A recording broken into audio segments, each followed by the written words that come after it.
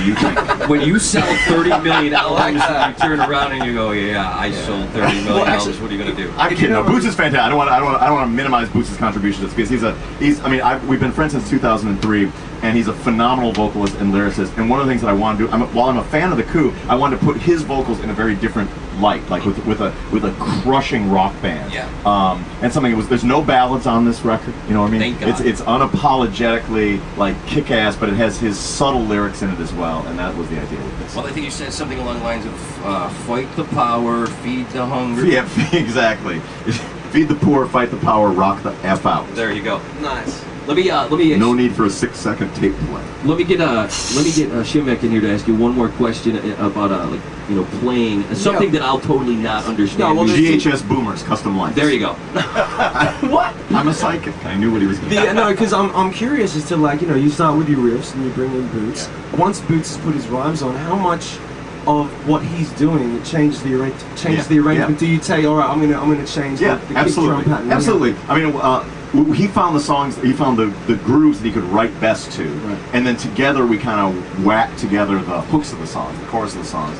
And then we had we brought in Stanton Moore, the drummer, and we had it was just a couple days of rehearsal before we went into the studio. Figured out what drum beats worked. Yeah, just figured out which drums, because Stanton's pretty fantastic. Like, he's a one-take wonder kind of dude. And part of the idea of making this record was it was not going to be something that was going to be meticulously overthought. I wanted to capture a vibe. I know I've played with Boots enough times. I know that guy's just going to be great. Just if he does what he does, right. We're going to be fine. The riffs, I know how to play the bass and the guitar.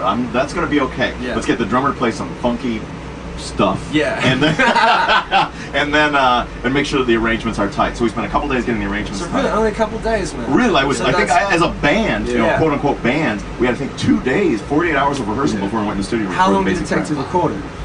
Not that much. The basic tracks we recorded in about a week's time, and then we went back. Me doing guitar overdubs, Boots doing the final vocals and the fiddling about over the course of, on and off, a weekend here, 3 or 4 days here. So you didn't use a lot of trickery. Once you were in there, it was just like plug the guitar in, make it sound fat. Yeah, absolutely. We had a few things. Like one was, I said, Tom, can you give me a Tom Morello version of Another One Bites the Dust? And that ended up being prominent. I gotta say, this is the greatest interview I have ever conducted in my life. Continue, man. Commercial-free radio. Dude, I'm all about it. I'm totally serious, man. I remember I was watching it, by the way, fantastic set. I'm watching it, and we played probably like third into the day, and we had a great response. And I was feeling really good about our set. Got up there, and watching what you did brought back memories of when I used to watch the videos of Rage Against the Machine. And if you would be so kind as to grace us with your presence tomorrow before your set, you have a spot on the side of stage to watch our set. I would be delighted to. You will see every single one of your moves. You mean my rock, my musical moves, or my physical moves? Because I have a lot of physical poetry on stage. I moonwalked. I don't know if you moonwalked, but I moonwalked today. So I can't wait. I'll make sure I'm there. That's a good selling point. But the one question that I was going to actually ask you was, do you remember the first time you discovered what you could do with the kill switch? Yes, I do. It was I was in college. I was attending an Ivy League university, and where I always annoyed my roommates with my constant practicing along with Grim Reaper records. And the youngsters in the audience are going, what?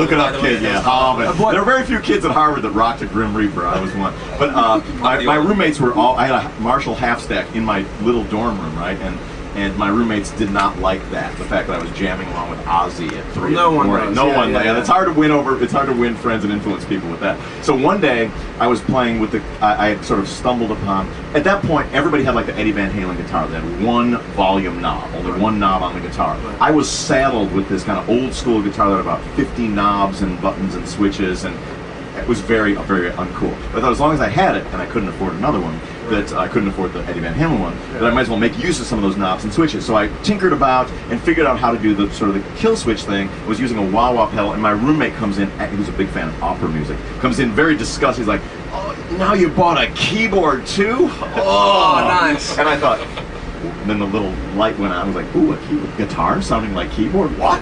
And then that was sort of when I began practicing that. That's great. So yeah, because I mean, What like when you? Well, actually, the next thing I was gonna say is like for me, I had I can count. I had 3 mistakes today. I couldn't. While I was watching you, I couldn't pick a single mistake. Do you? I was drunk as hell. Do you, like, do you still? Kids listening, do not. I started drinking at 35. You gotta get really good, sell 25 million records, be 35, then you can drink the Jamesons. Okay, just want to clarify. Do you still make them, and does it bother you when you do? It certainly never bothers me, but I mean, I don't even think about it. I mean, a lot of it's really like the finger memory's kind of there, so I don't really think about it that much. But if I make a mistake, I don't mind. And you busted the rage with that one. Was that that was for the piano. It's like this. Syracuse is like they enjoy rock music. I'm sure they may not be that familiar with the Street Sweeper jams. I threw them a bone. No, but was that like threw them a bone? was that planned or you just busted out? No. There's the band knows a few of those, so just we do some Audio Slave on some Rage ones just in case. They guys have to. It keeps them paying attention. Good. Let me ask a question, if I could here. Did you guys have a good experience out there today? I did. And here's my question: can I get you two to promise that you'll come back again? Yeah, absolutely. Outstanding. There you go. Central New York. Everybody listening. Fantastic. Tom Morello Boots. And next time we're gonna party at the Treehouse. Let me guarantee it. Outstanding. What? People don't. There's like 3 people who know what we're talking about in the list. Hopefully they're listening on.